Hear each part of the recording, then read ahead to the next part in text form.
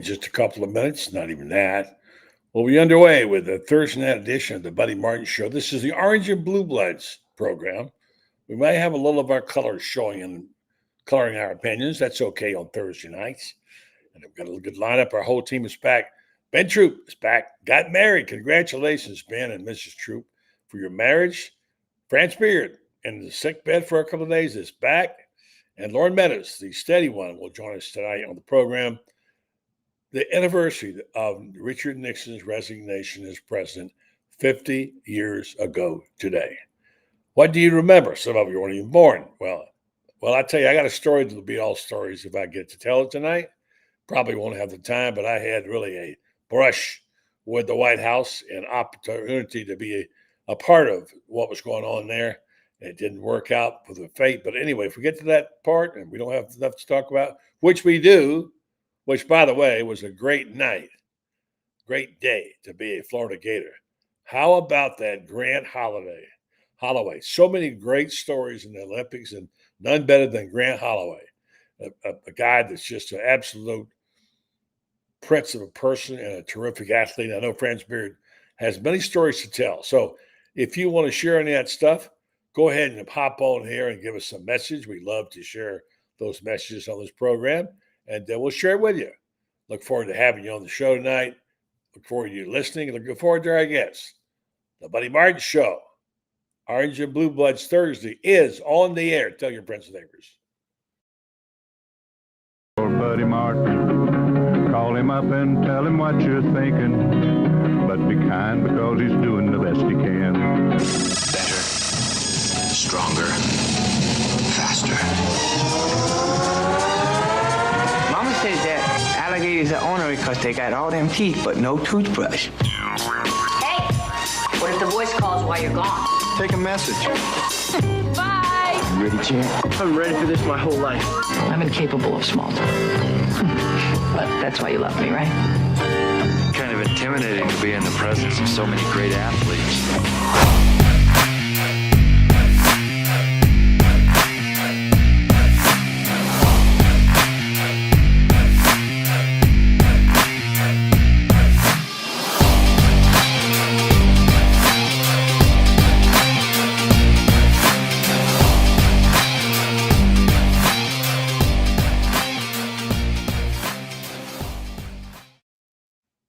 Good evening and welcome. I'm Buddy Martin. The program is called The Buddy Martin Show. Ben Troupe standing by. A married Ben Troupe is standing by in the orange and blue room. He's got wedding bells hanging all over him. I wonder if he's allowed to even go out at night anymore. I don't know. We'll find out what the rules are for him. I know it's very strict around my house these days. So it was a really good day today for Gators. How about that Grant Holloway? Wow. What a great moment that was in Olympic history. The Olympics have been filled with good stories, and I've really enjoyed it. If you're a Gator today, you're pretty proud of what you saw and what you saw the athletes do, and especially with Grant Holloway. Also, a lot of football talk. We had a terrific show last night. Lots of people on it starting to talk about what is this Florida team about.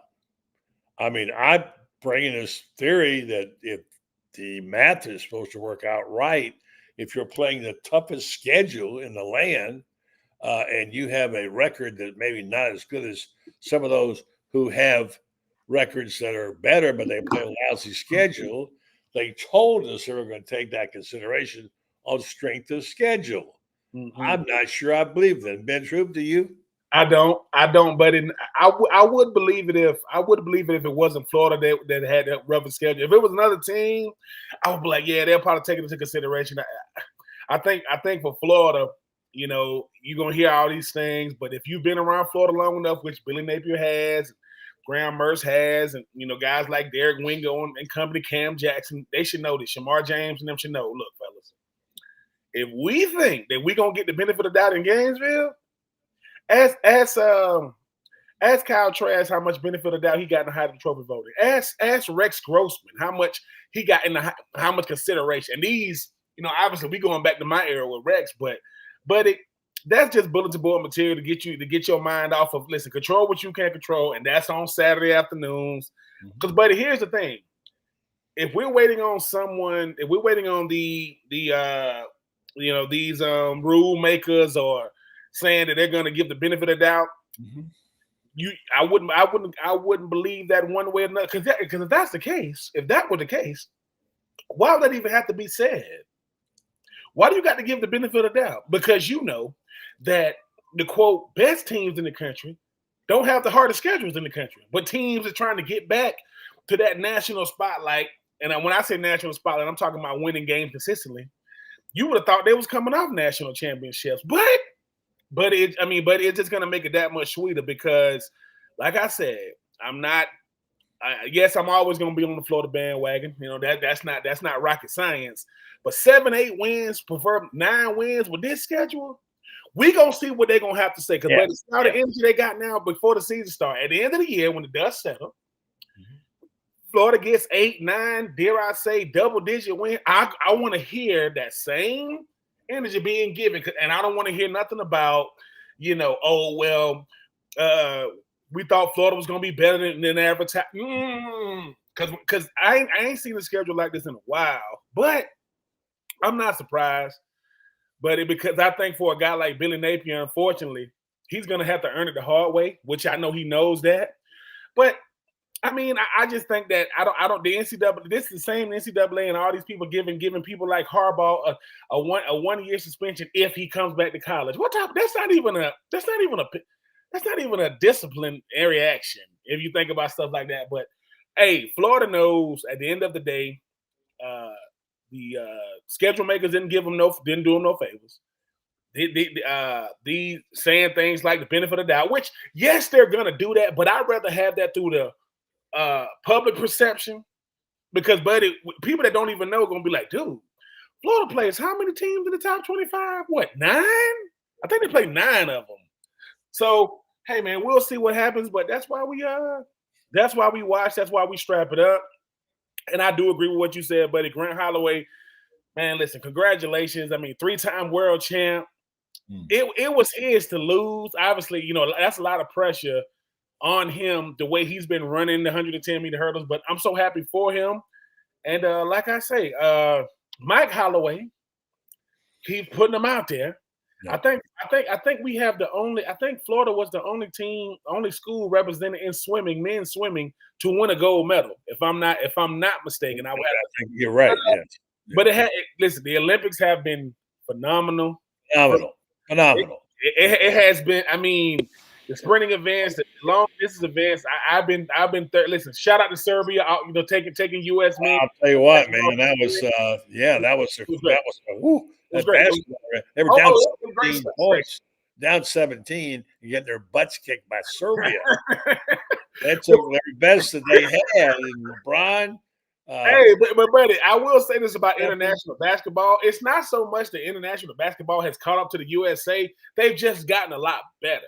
Like they've gotten a lot better. And some of the best Jokic, we know about him. Jokic. I mean, I think Wembanyama, I think they're playing France in the gold medal game. So Wembanyama, the number 1 overall pick of 2023, he's for San Antonio, he's in that. And then you talk about guys like Giannis.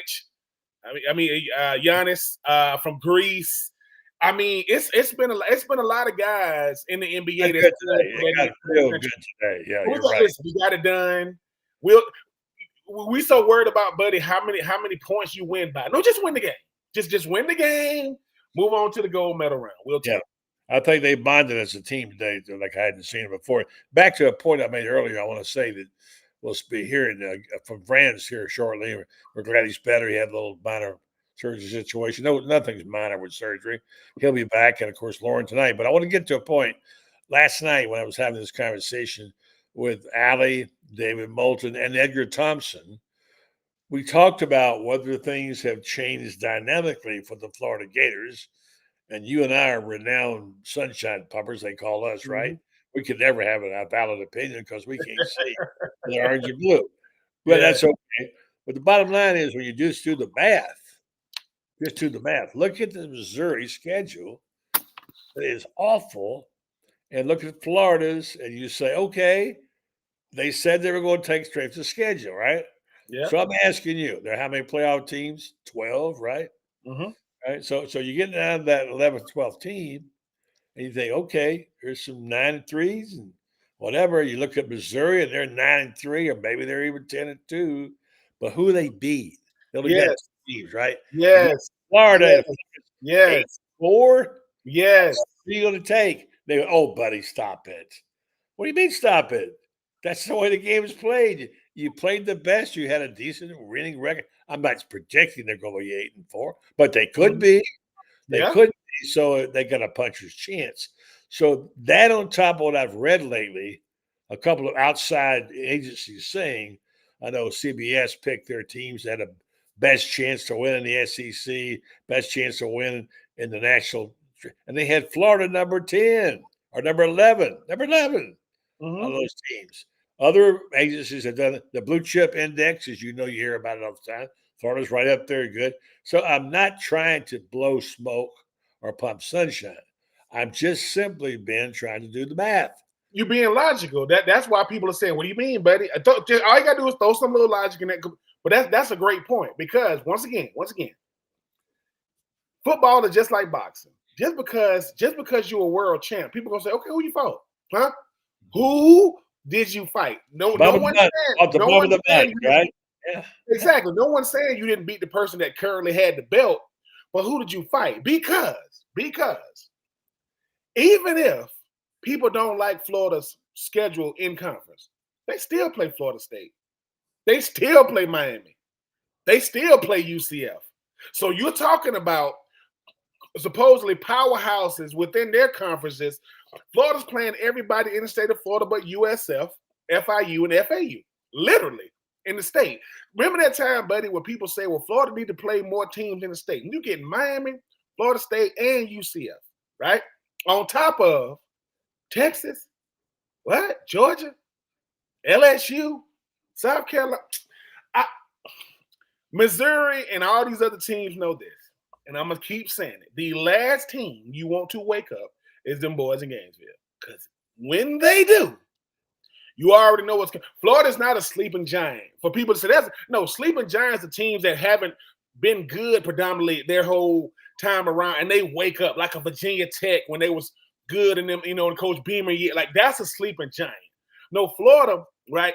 If they come out of this little slumber we've been in, I'm telling you, buddy, because like I said, it's going to have a lot to do with the first 6 weeks of the season, because that gauntlet is coming the last half of the season, and, in the middle of the season. I just think 8-9 wins with this schedule, if it ain't, because here's the thing, people. College football playoff worthy is going to be putting your schedule up against every schedule. Florida has the hardest schedule in the country. That's against every other team. Of all time. The hardest schedule in the country. People say, why does that kind of stuff matter? Because that means before you even kick off, you got 9 top 25 teams. Before you even kick off. Now, I get that top 25 is going to switch up as the year goes on.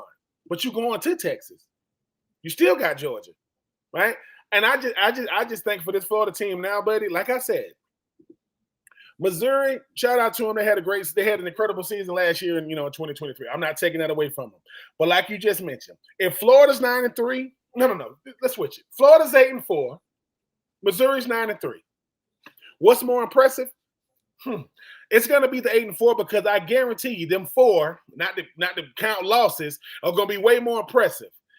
Because like I said, this is a year that Florida State and Miami and UCF is going to help Florida's resume, because hopefully they're going to be good within their conferences. But I don't think it's going to be any more individual. I think the year of the undefeated, I think that's over with in the SEC and around the country. But buddy, like you said, 8-4 with this schedule.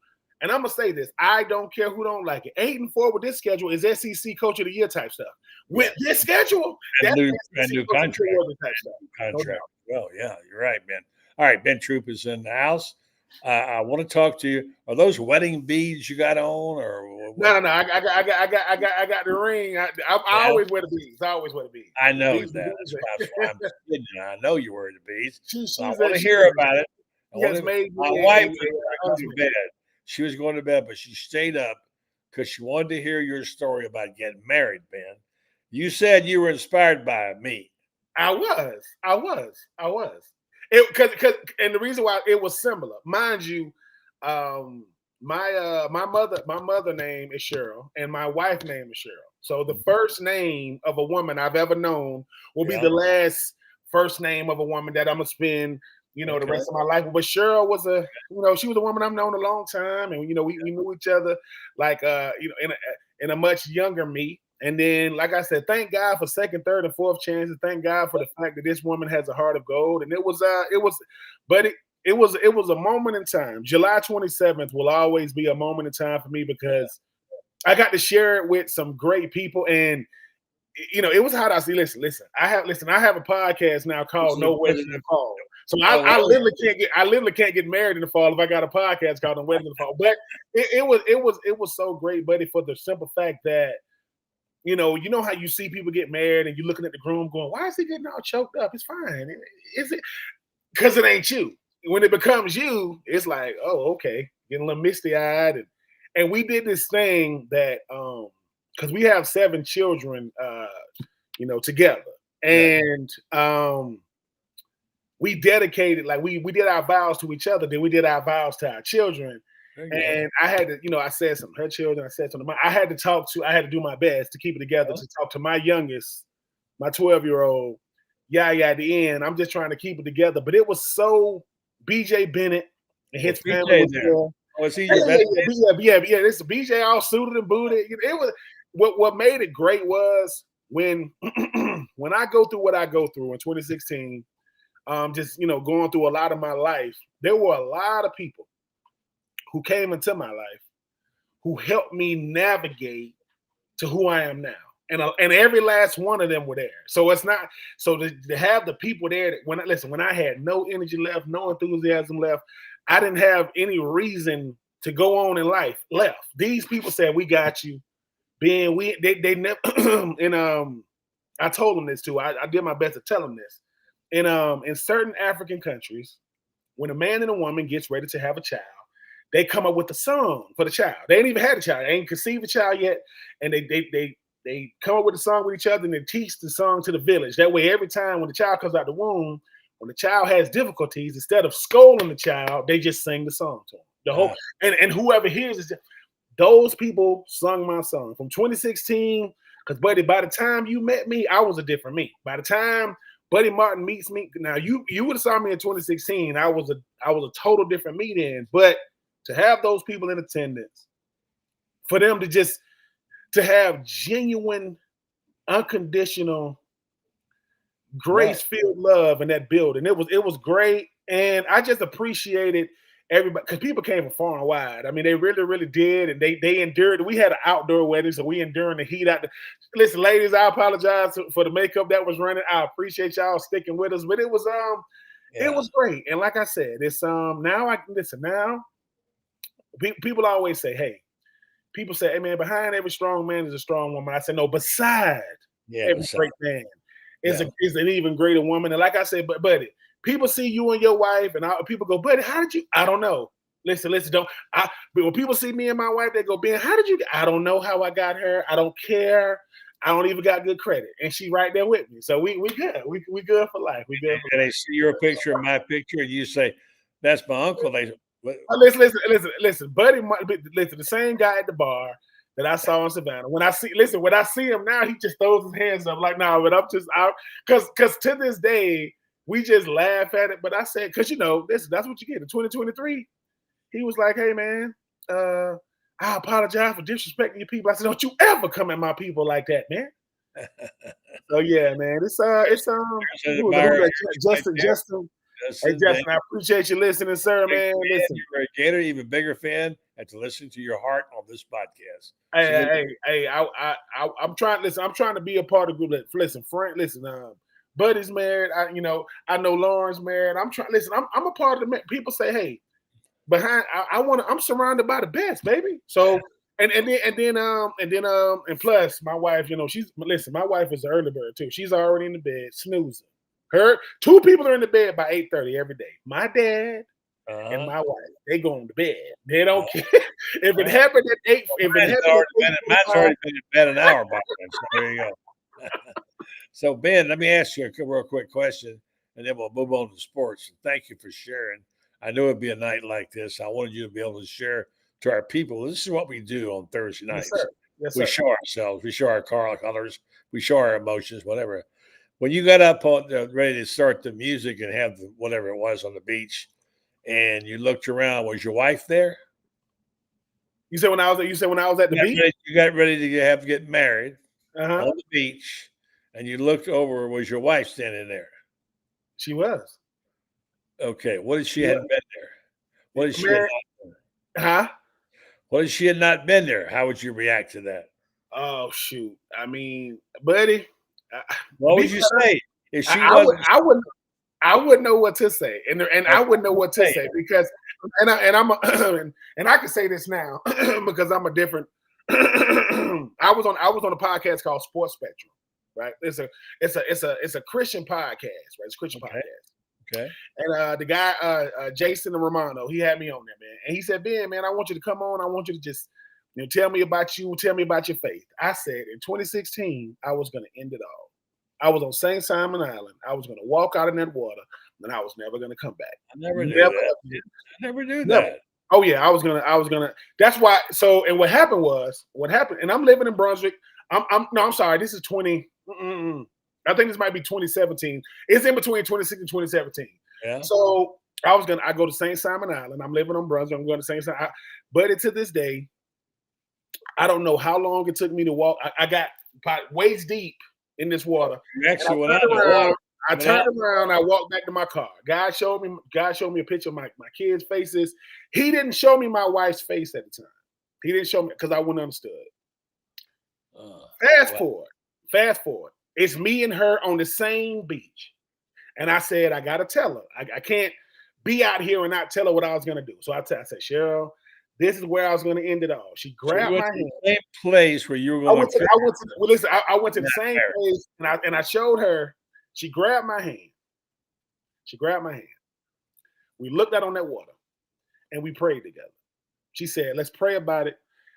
Most of the time, buddy, when you tell somebody your most vulnerable moment in your life, you expect them to give you some type of what is wrong with you.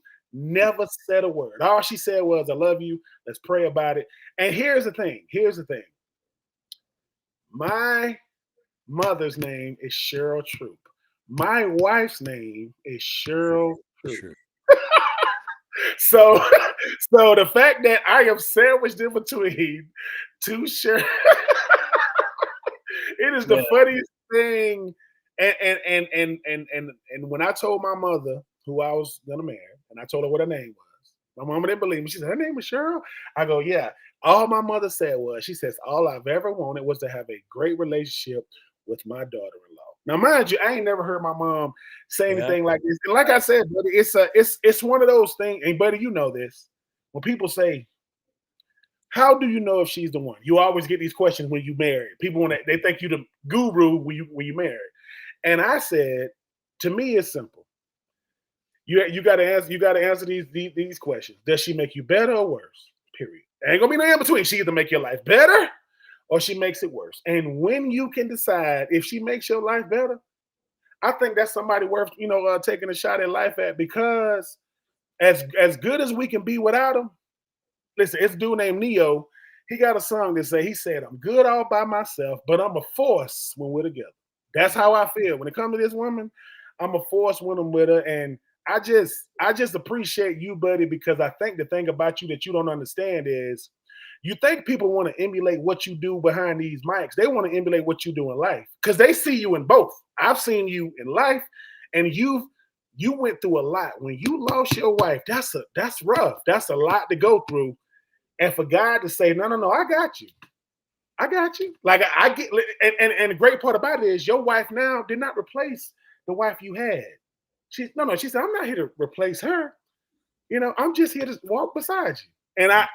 And when you told me you was getting married again, I said, man, because mind you, I'm in the process of saying, am I gonna marry this woman? I said, Lord, I need some signs right here. Then here you go telling me I'm getting married. All right, now I'm gonna have to tell you this story. I want to do this. Yes, sir. It's your story, but now I got to tell you. Number one, Dawn and I were sweethearts 62 years ago. Okay, we were very close and loved each other then, and we ended up not left and went to school. But here's the thing about what you said. When I found out and I'm doing a little book on this. It's a miracle of how I discovered where she was, what she was doing, what her name was. She married. I had no idea. After my wife had been dead a couple of months, and I was gasping for air, man. Mm-hmm. And I didn't know. My kid friend said, "Well, get out amongst some people. I don't want to be around anybody else right now." No, you got to get out amongst the people. And I wound up going there, and I was asked, thought about Dawn. So I wonder where she is, if she's alive, what her name is, what's going on. And I asked around the table, the coffee table where I was sitting. I said, "Y'all remember this girl named Dawn Brown that used to be in Ocala?" "Yeah, no, not really." And finally, I turned to the guy next to me. I said, "You remember this girl, Dawn Brown?"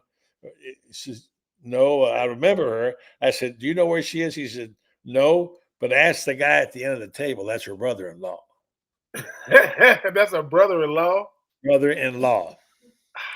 Now, I'll cut the story short because there's a whole bunch of more miraculous things that went on. Mm-hmm. When I finally got a hold of her after 99 calls, and I couldn't get her. And she finally said, "Buddy, this is Dawn."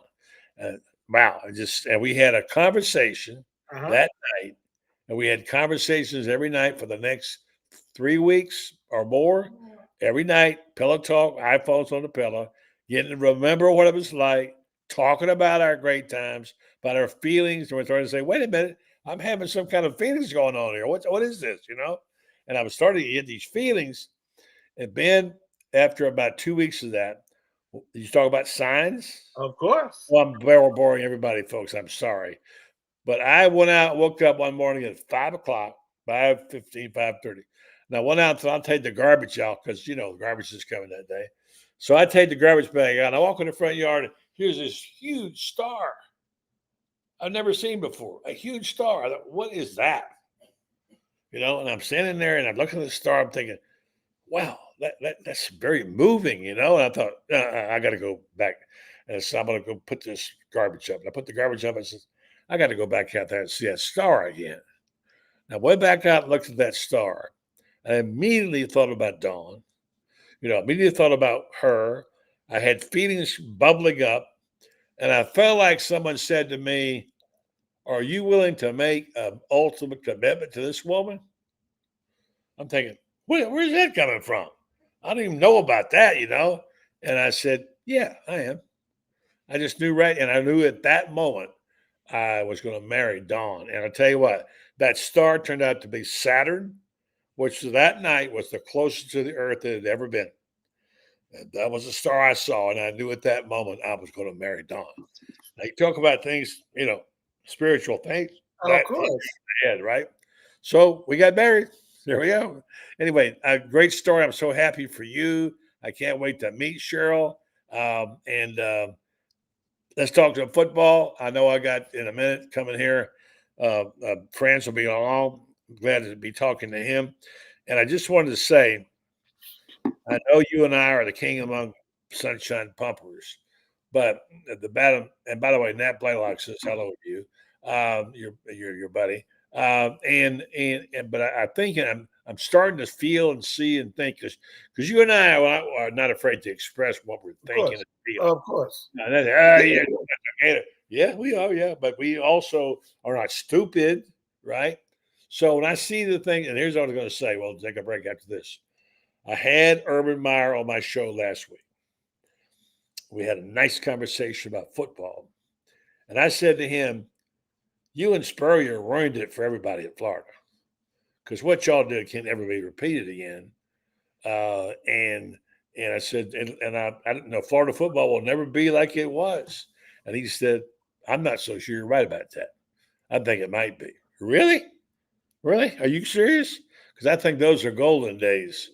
But, he says he thinks they can do it. So now we're right here at the crossroads on the precipice. And as we're starting to lean in and see, it's going to be really exciting if they do go 5-1. Whatever happens to the back half of the season is a bonus, right? It is, but and here's the thing about Urban when he tell you that, right? That's that thing that only Urban can see. Because here's the thing, right? When Urban comes in, they were telling him that, right? They telling him it'll never be another time when Spurrier was here. He goes, "Really?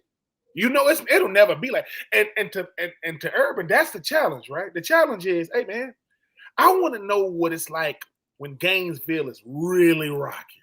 When we win in championships and competing for championships. I think what Urban is really saying, and hopefully Billy Napier can understand, is he goes, look, man, you ain't here because you can't do it. They used to always tell us that. You ain't here because you can't do it.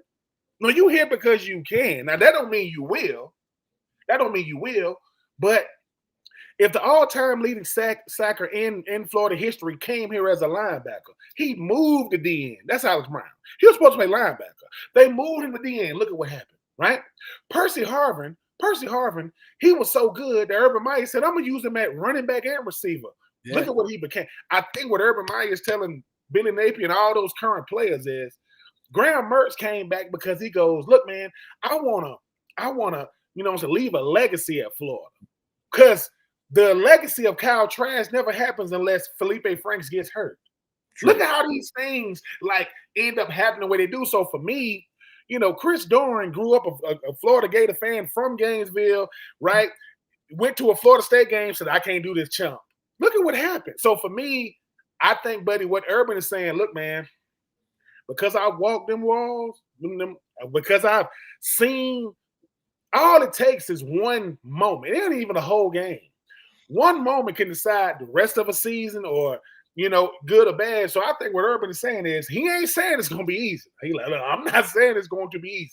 But you will not get a greater barometer of what is to come with a season like this. Because a season like this, these players, these coaches, the head coach, everybody wants to say, hey, man, remember when we did, it's a question mark. It's always, remember when we was a team that did what nobody said we could do? Or we did what we knew we could do out in Gainesville. We don't really need the naysayers outside of it. So I think when Urban told you that, he's basically saying, look, when you had that many alpha male dominant type A personalities on them teams I coach, I had to whittle all that together because that's a lot of. Yeah, he also said if we're going to bring fans on board, but he also said that the reason you could is because you can recruit right there in your backyard.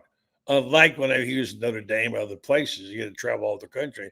He said you got a school that wants to win, a program that's in good shape, you got talent there, you got money. He said you can do that. That can happen. As we bring in Franz Beard, welcome back. He's feeling better. He's eating a cookie already. Holy mackerel. Stand right there, Franz, while I tell people this program is being brought to you in part by our friends at Meldon Law. If you don't know about Meldon Law, you're missing out. They have a new office open in Williston. That means Williston, Lake City, Ocala, and Gainesville. They're out there to help you if you have an injury situation. They're the official injury law firm for the University of Florida. They also are big fans. They do a lot of things in sports and Gators, sponsor programs, always giving away stuff. Jeffrey Meldon is a super Gator, and he wants you to know his firm will not back down. Meldon Law. Check him out. Franz Beard, as I live and breathe, he's alive and eating. How are you, buddy? A little rough around the edges, but today wasn't a particularly good day, but it's what the doctor said. Said days 2 and 3 would be the most difficult, and today's day 2. So he lived up to his word. So I can't. I got to admit that it was uncomfortable, but I'm okay. I'm sorry you had that. I'm glad you're up, and I thought about you today because your boy Grant Holloway really shone today. It was one of the happiest moments I've seen, not just because he was a Gator, but you could see the people's joy when he won the 110 hurdles, and he blew them away, and he was so joyful ringing that bell. It was a wonderful scene, the Olympics, Franz. Grant's one of the classiest Gators we've ever had in any sport. I mean, it's a guy that graduated from the University of Florida in 3 years, who has always represented the school well. Total perfect gentleman on and off, and what a competitor too. 12.99, 110 meters jumping over those hurdles is no small feat. I know most human beings can't even run 100 yards, much less 110 meters. Oh, wait a minute, you're getting personal there. Oh, I can't. How about walking 100 yards? Let's start with that. Well, but he's amazing, and it was a fun afternoon too because the girl Sydney McLaughlin. Oh, Yeah. She had 400 an meter 18 hurdle. flat. She's a beautiful lady, smart, beautiful. What a I mean, athlete. she was what 10 seconds ahead of everybody. Yeah, I think she broke her own world record from she broke it from like 4 years. She is the queen of 400. I mean, 400 is one, and y'all both know 400 is that's a beast right there. And y'all got to jump over hurdles for 400 meters, And did it in 50 seconds. I mean, she can do this. She can jump over hurdles faster than people can run. I mean, this whole Olympics. I mean, Noah Lyles winning 100. The Hall dude, that 400 that the Hall dude ran was amazing. I mean, I've never seen nothing like that. I've never seen a ever. in my life. The 1500. I mean, it's been up there. Yeah, these are the best. These are the best athletes on the planet, and what they're displaying to me is crazy. Grant Holloway came in with a lot of pressure because he was the world. Everybody just expected him to win it, and that you know how it is, Franz. When that much pressure is on you, then it's all about technique, like finishing the race, getting over that last hurdle. And I was just happy for Grant because, I mean, Grant was supposed to play football, end up running track, and thank God he's at Florida, and then Mouse get a hold of him. And now he 3-time world champ, Olympic gold medalist. Yeah. It's almost like, hey man, what you end up doing? I ain't play for what you doing now? Oh, I'm just an Olympian. I'm a gold medalist, world champ. Grant Holloway could do anything. He can do anything he wants, and I think that he said it best. He goes, look, man, if you run a track not to win gold medals, I mean, what the hell are you doing it for? Like, if you're not trying to win gold medals in the Olympics, and like a shout out to all the Olympians though, whether you win a medal or not, to even be in Paris is ringing that bell and everybody just enjoying themselves over there. It's been amazing to watch from time to time. And by the way, good mention. By the way, Noah Lyles. He didn't get the double, but he didn't get the double. He didn't get the double to finish third while running with COVID. Listen, Noah Lyles is great for the sport of track because he has that Caitlin Clark type of tension on him. Everybody's watching him. He likes that.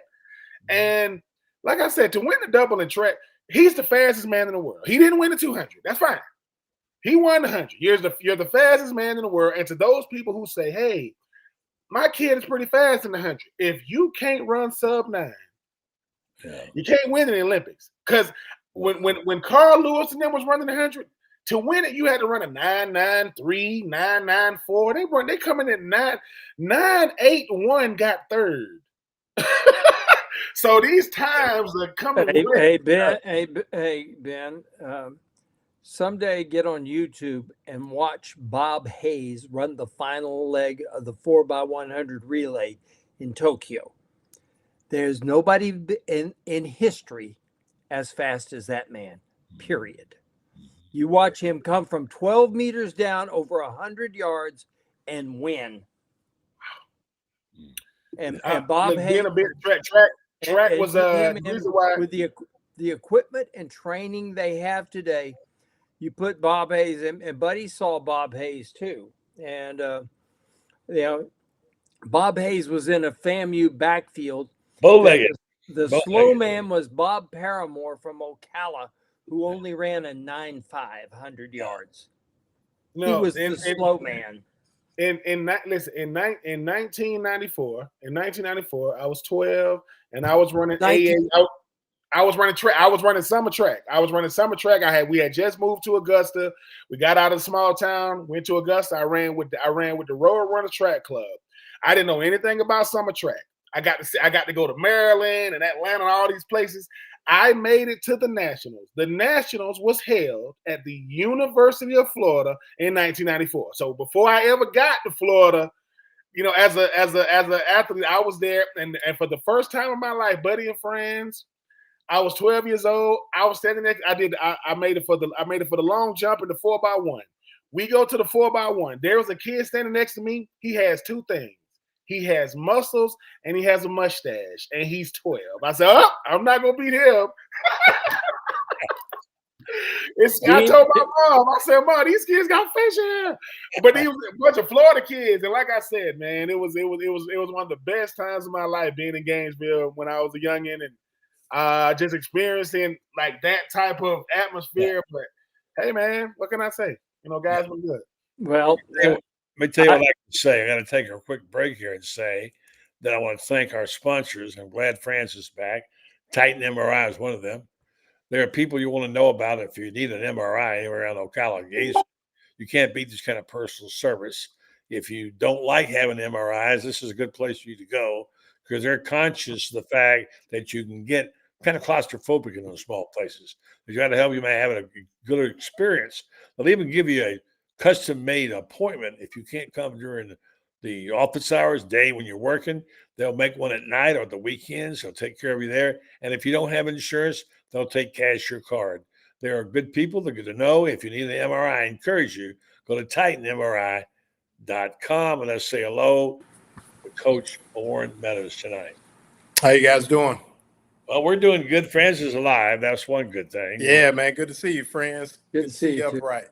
Yes, a lot of people last night were saying, "Where's Franz? Where's Franz? Where's Franz?" I don't know. I know he's got some kind of medical procedure. I can't tell you, but we're glad to see you back, Franz. Got that Botox so he can look young. Botox would have been fun. Yeah. I need to get some of that. Where did I go to get that? No. Anyway, so gentlemen, we're just having a good conversation here. What about the Olympics? And I know, Loren, you know a lot about the track program, and I know we're going to talk about it some more the next couple of days. It was a good day to be a Gator today. There's so many good stories out there. We talked to a couple. Don and I have enjoyed the Olympics. The volleyball was a terrific story. The when they were struggling to beat Brazil, and finally did. Mm-hmm. They played France in the finals. Basketball, France, they were down 17 points. Yeah. And came back, and the big guys. Serbia got to there in the fourth quarter, and all of a sudden says, "What are we doing here?" Yeah. I really believe Serbia got psyched out by its own lead. They're sitting there looking across, and they start looking at these guys who are NBA people and everything like that, and they psyched themselves out. I think they had the game. I think they had the game won, and they got away from what they were doing well. Well, I'll tell you something else they did. LeBron said, not in my house. He took that ball in that fast break. He was going to make that deuce. That ball was going to go in there with no freight train. Lauren's going to stop him. Well, I think if you look at – I think it came down to, and like Franz said, they looked across. But, when you got arguably 4 of the top 5 players in the world – on the U.S. team, I think it just, it ultimately became Jimmy's and Joe's. I mean, the Serbs shot the lights out early, really for almost 3 3/4 of quarters. And, it just shows you the ability of the 3 ball to not only get a lead, but to keep pace. I mean, Curry being 9 of 14 from 3-point range. I mean, they have been waiting on him to explode with that. 36 points. 36. Yeah, I mean, and just he kept him in the game. Yeah, and 8 rebounds. So I mean, a 36, 8, and 2 game from Curry, a triple double from LeBron, and I think it just goes. I mean, you just talk about the greatness of all those. Embiid is a beast. Embiid. I mean, just don't talk about Joel Embiid with me. The guy was here at the Rock in Gainesville, and he went to Kansas. That happened. That did. That hurts. But hey, man, I mean, I think you just look at it. I mean, when a guy like Jason Tatum is struggling to get minutes, I mean, it just shows you the greatness of that team. And like I tell people, take all the off the court stuff. How you feel about respect what the game, the NBA game, and the pro players, and what those that came before them have done for the international game. I mean, it just speaks volumes for what it's going to be in the next 5 to 10 years. And you know, you got to give credit to all those guys: Curry, LeBron, Durant, Jokic. You know, and just keeping that thing alive. So it just, I mean, LA is going to be fun too, because the European players aren't going anywhere. So I mean, you could think about France, where they have 3 of the top 5 picks this year. I mean, they may be the favorite outside the U.S. in LA in 4 years. So you know, I think you're going to see most countries throwing their best ball every 4 years in basketball from now on until somebody finally takes out the U.S. Yeah, and I tell you, we're going to get back to football here because Ben and I were having a really good conversation about whether they're really telling the truth when they say strength of schedule matters, and what happens if Florida goes 7-5, you know, and Missouri goes 9-3, or whatever it is. You know, is it going to matter? We'll get to that in a moment. But first, today on practice, we read a practice report talking about the running back situation. I've had this conversation with several people during the week, and I think you and I talked about it last time, Franz. Trent Webb looks like he's the guy, and he obviously will be. But everybody says, don't worry about it.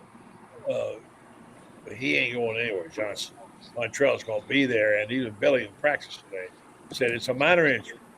You know, we expect him back, and then he's talked about the 4 backs behind him, the 2 new kids, and the kids they got in there, and you know I love me some Jaden Ball.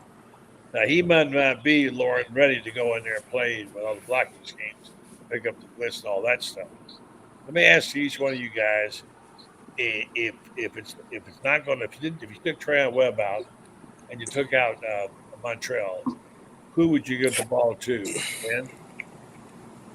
I mean, a question like this, you know, these are the ones that scare me. Only because I mean, and Franz and Loren know this. Experience matters, you know, at this level of football. And I would say any one of those youngins not named Trayon in Montreal for this reason.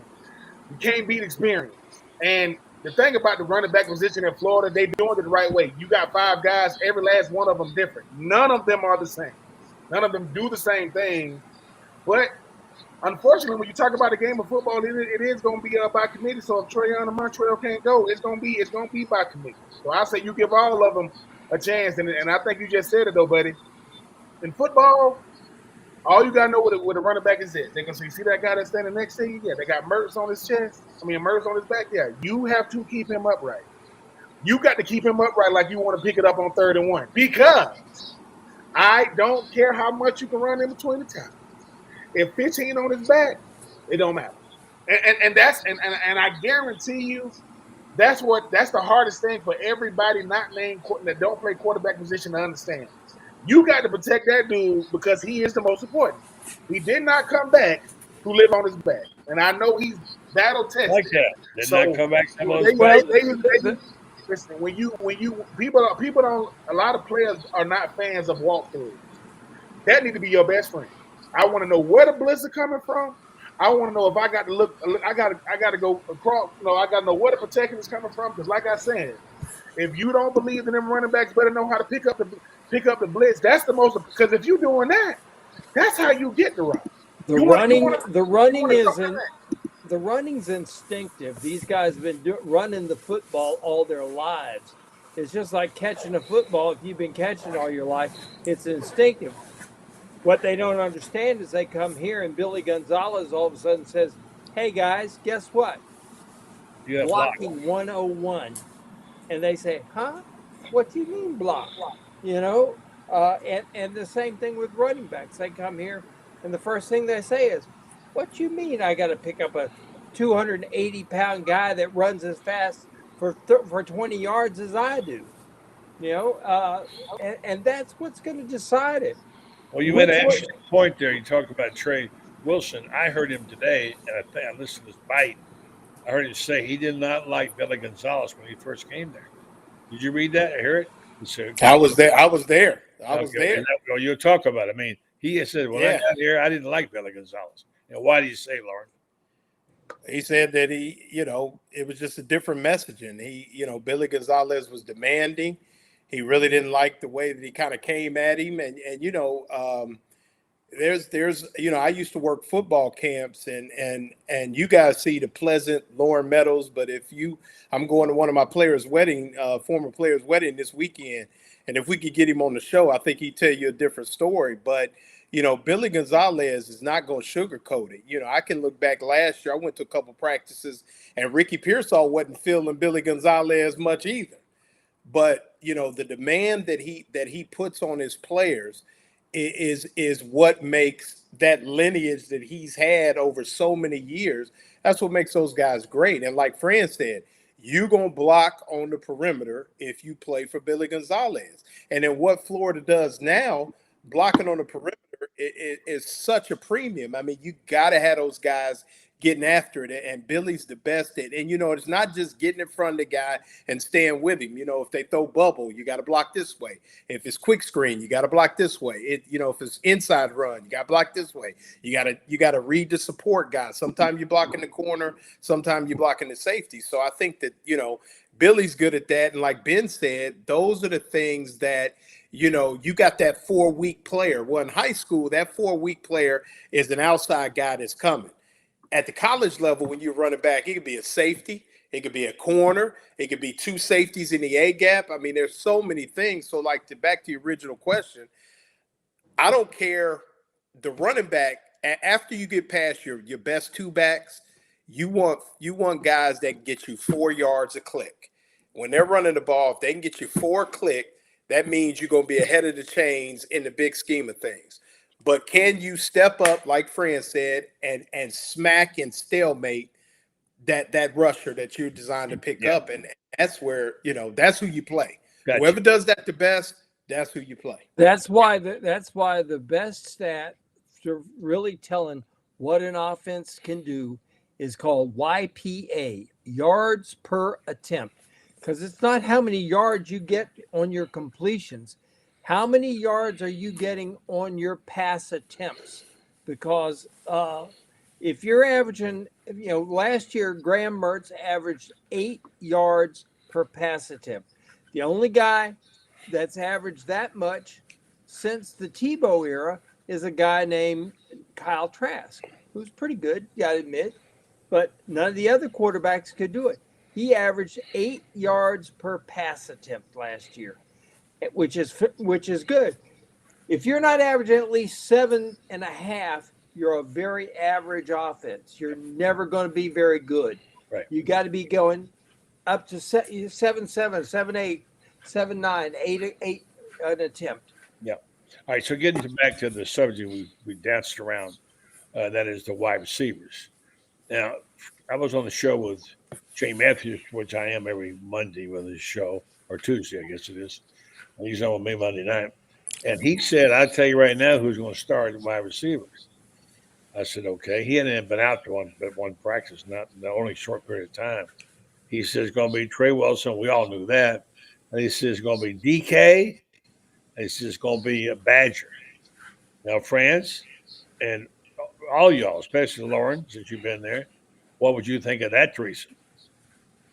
I like it myself. You got a guy in Wilson who can do all the interesting things that really create nightmares for a defensive coordinator. You got Badger who's a streak, and then you got DK who is that 17-yard pass that is the staple of a good offense. He runs that route perfectly, and he's that guy. I used to talk to Al Davis, and Al Davis used to say, the thing he loved about Blitnikoff. He says, couldn't outrun me, but he says could run a 17-yard route and catch the ball every time, and that's the staple in the NFL. And really in college ball too. Yeah, Ben, I see you nodding your head. I know you haven't had a chance to see him. I've only seen clips. What's your thought about that wide receiver group? There's some other pretty good guys in that group that he didn't mention too. You got. I mean, I like that lineup because I think you get everything you need in the offense. You got a perimeter guy. No, you got a guy, you got a streaker and Badger. DK is going to be like a Chris Doring type guy. Like he's going to be a possession type guy, but he's moving the chains.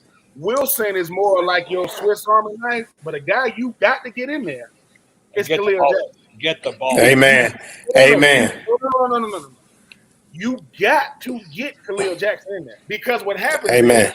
He's such a mismatch nightmare, and to be that big, he can do it all. Obviously, he got that. He has that. He come from that bloodline. But for me, I like those three. I think Khalil Jackson just gonna do. He can do more with less. He don't need that many throws a game. But I think what Florida has, you got 4 or 5 guys that can go get it, and that's what you like. Like people be thinking, I need one main guy. No, I need 3 or 4 guys. I need a slot guy. Check. I need 2 perimeter guys, check, and I need a big dude that can do both. Khalil Jackson can do both. He can work. He can go inside and out. And like I said, I just like the fact that you bringing in 2 transfer guys. The one is familiar, obviously, with Merce, and one is coming from ASU because of Pearsall. You got 2 guys that can run the whole route tree, and Wilson is going to be the guy.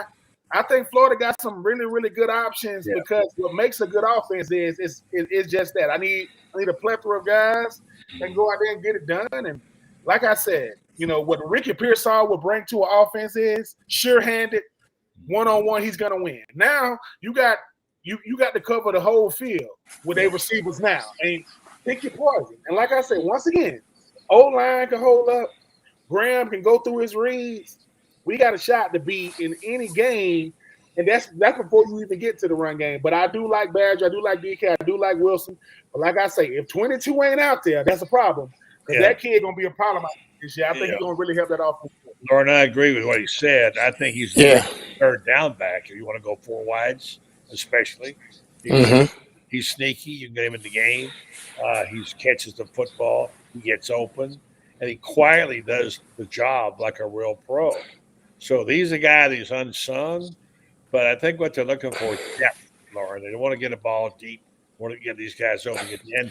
And by the way, Khalil can do that too. Right. Other young receivers you're going to be hearing about too. Do you get a chance to see any of those other young receivers? Oh yeah. Well, I mean, people forget. You still got Marcus Burke. You got Andy Jean, who I'm high on. You got Aiden Mizell, who can flat out go. And Khalil Jackson is going to be in the mix because, like Ben said, you need that steady hand in every offense. Every receiver group has to have that steady hand. And I'm gonna shout out some guys. Jordan Gridleo, C.J. Taylor, Justin Watkins, guys that played for me that were steady hand guys, were there where they needed to be. And that's what Khalil Jackson is, a guy that just he doesn't do anything great, but he does everything well. Catches the ball. Yeah, but like I said, it's not just he understands the whole process. He can make you look at it last year in his body of work. He made every type of catch you need somebody to make. He had the over the shoulder joint against South Carolina. He had the tap toe against Tennessee. I mean, he does all those steady things. But that competition in that room is going to be stiff. And I know that Billy sometimes doesn't give us a lot, but they really have a group that's about 6-7 deep because, like I said, guys like Mizell, Gene, you throw in Eugene Wilson, that's sophomore group, but Marcus Burke when he's right, and then like you said, you got Badger, DK. I mean, they got a real and a lot of people forget. Jaquavion Frazier has made some big catches. I'm a Frazier's guy. He's also. I am too. I mean, he's a big old kid. Smart. Yeah. I mean, yeah, and is a program guy. So I mean, all those guys are going to be key. But I mean, I would say the top 4 from what I've seen and gathered is obviously DK, Badger, Wilson, and then Khalil. And because Billy's a Khalil guy, and anytime you got the backing of your head coach, you in good shape, Ben. You know how that is. And then, like I said, the young Buckaroos. I really like the 2 sophomores, Mizell and Gene too. I'm a big Andy Jean guy. If Andy Jean can stick through, wait his turn, the next 2 years are going to be really good for Andy Jean if he stays here in Florida, which he should because you're getting coached by the best. Unless he's going to go to Ohio State. there's nobody that compares to Billy G. On the field there. And by the way, we got just around out of time. I'm gonna give each of you 15 or 20 seconds to pick out one position on defense and tell me what you're most worried or most concerned or most encouraged by, and which position is that, Loren? Safety, Asa Turner. He's hurt. I mean, well, he's not hurt. He's full go, but just a little dinged up. This happens in camp, especially when you're playing safety the way you're supposed to play it. Just got a little ding. He's fine. He was in a tackling drill, but he just had the black on. But he was hitting the pad and doing those things. So they're just kind of keeping him healthy, because you got to have that guy. But I think that he is somebody that, if he's playing alongside Jordan Castell. Once again, you talk about somebody that's played a lot of snaps in big-time football that will help steady Castile, and he walks the walk, man. He's a big old dude. I mean, he's got a lot of size, and that's where I'm at. All right, Ben. Cornerback. I mean, Jason Marshall, he's coming back. Obviously, hasn't had the career we thought he would have at this point. But he's being honest about where he was. And he's being honest about where he is now, getting his confidence back. I think having a guy behind him like Asa, I think it's going to help him because cornerback's best friend is knowing I got a safety over top. That's going to be right there. I want to see what him and Devin Moore are going to do this year because it's not that our DBs have been bad. They just have not been able to track the football in the air. They be right there every single time. Like I say, everybody's going to be watching the very first play from scrimmage when we play Miami on defense. Because remember last year, the very first play, we was like, here we go. Every Florida fan was like, what in the world is going on? Guaranteed. So for me, I like Austin better. Jason Marshall, man, he's coming back. I think he'll have a big impact this year. All right, Franz, is an edge rusher for you? No, it's Grayson Howard because I like having that big, really big physical guy in the middle, and I think he's going to make Shamar James that much better. Having that guy like that's really, really good at keeping keeping the lineman from getting to his legs, so that he's always in position to make plays. Shamar James has got that quickness that you like, but you got to have a big, strong guy beside him. And I think Grayson Howard's going to be a difference maker.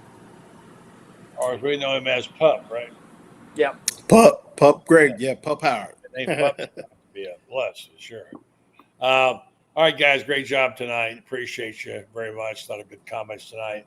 Good crowd. And we'll answer some of these questions eventually. David Baldo's got a bunch. Larry Gross, etc. Thank you guys for getting involved. Thank you guys. All of you were terrific tonight. Have a great weekend. We're back at it next week. We're going to count it down. Gator football is underway. 3 weeks from Saturday. Yeah. All right, guys. Have a good weekend. Hey, guys, good night. Good night. Good night. Thank you, folks. All right, this is time when I like to talk about my friends and a company that's just doing great things. I don't do a commercial on this because I want to talk about the company. And the company is Renstar Medical Research. They are looking out for me just like they're looking out for you, and that is your health. Renstar is a company that's been around for a while. It was started by my friends Joe Sorrentino and Mary Brantley, the wife of Scott Brantley and Joe Sorrentino, the father of the defensive back Joe Sorrentino. And the whole idea is to find out about our health and what proclivities what we have, and they want you to understand the importance of clinical trials. Clinical trials gives them a chance to gather data about us in our area and then send it off to the biomedical companies they deal with to factor in how these prescriptions and these drugs are made. Let's be honest about it. Right now in life, our prescriptions get us through at a certain time. We need them. And this is a company that's very conscious about that. So they're asking you to volunteer or come in. Go to renstar.net, find out when the next trial is. They have them on everything from asthma to you just look it up. They have tons of trials. And if you think you might want to know or be qualified for this, you can write them a note, see if you qualify. If you do, be a part of this group and be compensated for time and travel and no charge to your insurance, etc. And may, in some cases, be able to use some of the investigational medication others don't get. So Windstar Medical Research seeking tomorrow's answers to the health questions of today. Thank you so much for our group tonight, for Ben Troupe sharing the story of his marriage. That was very tender comments. Appreciate that. On this show, especially Thursday nights, we divulge our feelings, let you know how we found. We're vulnerable. Put it out there. Of course, good to see Franz Beard back after his little health episode. Hope he'll be strong as ever in writing for GatorBaitMedia.com, which we hope you'll check out, GatorBaitMedia.com. And of course, it's always good to have Coach Loren Meadows. On behalf of them, I'll say thank you for listening and thank you for watching. And we'll be back this week. And don't forget, while we're away, you can also check out GatorBaitMedia.com and listen to Rob Brown in the morning on SEC Sidelines. Does a terrific job on that show. But if you do that, you know that you get good information for around the SEC. Have a great night, folks, and a great weekend.